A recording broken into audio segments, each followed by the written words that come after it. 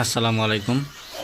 বিক্রি করা হবে 23 সালের মডেল 2500 ঘন্টা চলা গাড়িটি বর্তমানে রয়েছে চট্টগ্রামে। পুরাতন ট্রাক্টর গাড়ির খোঁজ পাওয়ার জন্য অবশ্যই আমাদের ইউটিউব চ্যানেলটি সাবস্ক্রাইব করবেন।